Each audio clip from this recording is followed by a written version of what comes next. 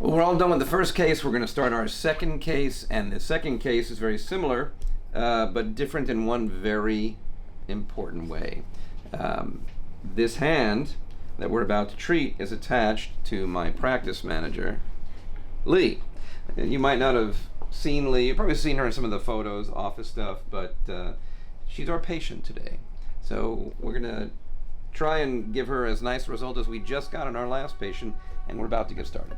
Here is her hand. A little bit of veininess, not too bad, but she has more visible tendons with some of the lines in the skin and the same kind of crepey texture.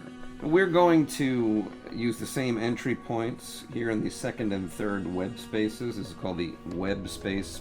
This webs between the fingers. And we're just going to be making a little poke here, a little pinch. And some local anesthesia going in.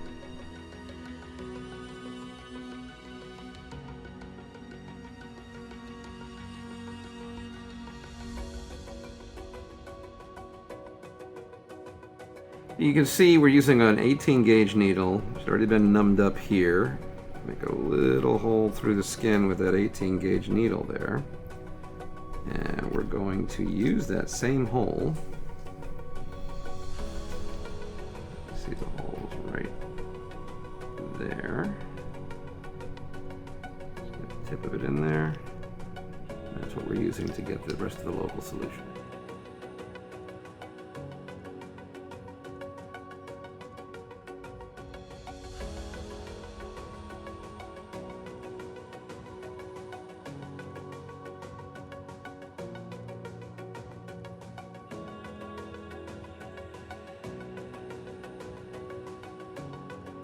Now, in this case, we had to go to the thigh to get a little bit of the fat because she's so thin. There's not enough fat in the tummy, so we're getting good fat from the inner thigh. Even though we're in a different location, it's still a super tiny incision. See that there? And one stitch closes the whole thing. Now we've harvested all the fat we're going to use, let it settle out a little bit. You can see the layer of fluid there. It's just a good fat above, the liquid that we don't want. And we just separate the liquid and keep the fat. And we're using this solid cannula here, going into the same opening there. And we're going to be doing some light tunneling through the dorsum of the hand just to create a little bit of separation, a little bit of space, and then we'll be doing the Renuvion.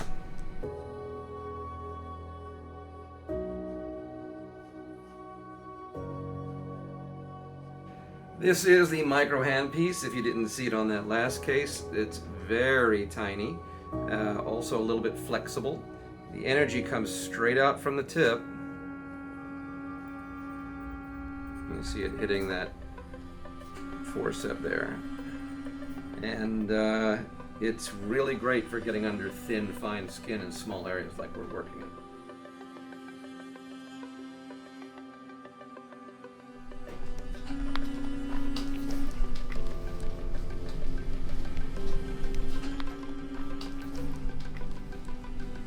Let's make a comparison.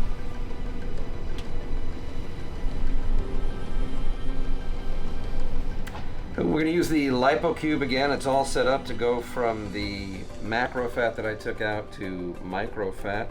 That happens just passing through one time through the internal filter. And this is now micro fat. We're going to take some micro fat and process it into nano fat using the same device.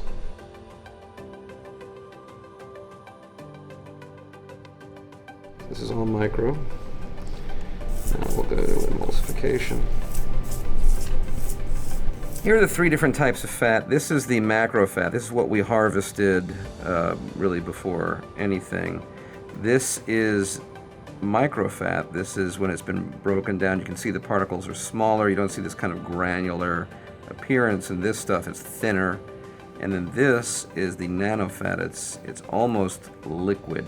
You can see the difference between this and this.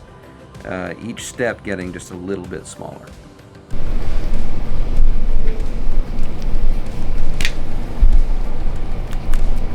So you can see the difference adding just a little bit of fatty volume does. You can take a look at this half of the hand. It's had some fat. You see it looks kind of smoother, firmer. This still has that crepey appearance down this side of the hand. We're about to add some fat here and make it more even with the other side. We have a good amount of microfat, and so now I'm just sprinkling in some nanofat into the mix. I think this assists with the healing process.